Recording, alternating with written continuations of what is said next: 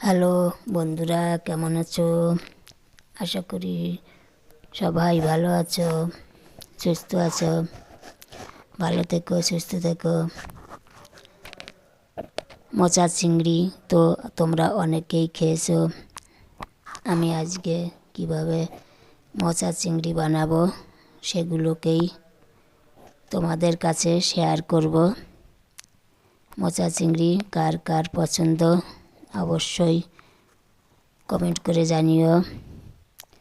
তোমাদের একটা লাইক কমেন্টে আমাদের উৎসাহ বাড়িয়ে দেয় আগামীতে কোন ভিডিওটা বানাবো।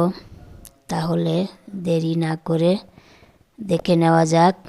আমি কলার মোচাটা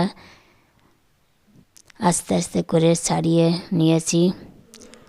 ভেতর থেকে একটা শক্ত শীষ বাদ দিয়ে দিয়েছি এবং মোচাটাকে ছোট ছোট করে কেটে নেব এবং জলে ভিজিয়ে রাখব কিছুক্ষণের জন্য, যাতে কষটা বেরিয়ে যায়।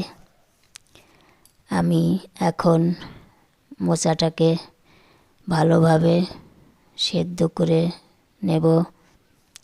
সেদ্ধ হয়ে গেলে বা গলে গেলে নামিয়ে নেব। আমি মোচাটাকে ভালো করে ধুয়ে নিয়েছি। গ্যাসে কড়াই চাপিয়ে দেব। কড়াই গরম হলে তেল দেব। তেলটা গরম হলে ফোড়নে দেব জিরা, দিয়ে দেব একটু আদা বাটা, একটু জিরা বাটা ও কাঁচা লঙ্কা বাটা। মশলাটা ভাজা হয়ে গেলে দিয়ে দেব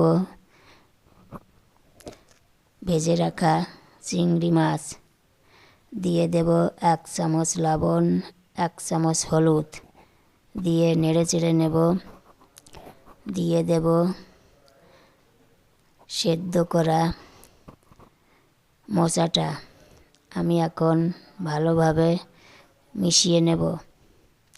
ভালোভাবে মিশে গেলে 3-4 মিনিটের জন্য একটু ঢেকে রাখব। আমার যে জলটা বেরিয়েছে ঘন্ট থেকে, ওটা শুকিয়ে গেলে ঢাকনা তুলে আস্তে আস্তে করে নেড়ে চেড়ে ভাজা ভাজা করে নেব। একটু বাদামি কালার হয়ে গেলে আমি বাটিতে একটু জল নেব। 1 চামচ চালের গুঁড়ো গুলিয়ে নেব। ভাজা হয়ে গেলে আমি দিয়ে দেব গুঁড়ো গুলিয়ে রাখা জলটা। দিয়ে ভালোভাবে নাড়তে থাকব। আমি ভালোভাবে রান্না করে নেব।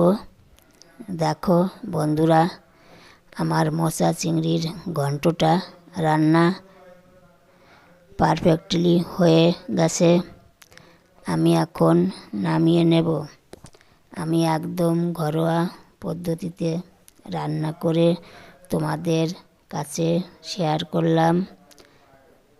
একদম কম মশলা দিয়ে,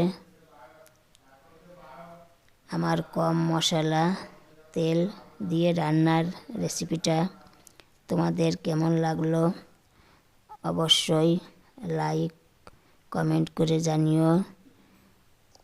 আমার নতুন বন্ধুরা চ্যানেলটাকে অবশ্যই সাবস্ক্রাইব করে সঙ্গে থেকো। ধন্যবাদ।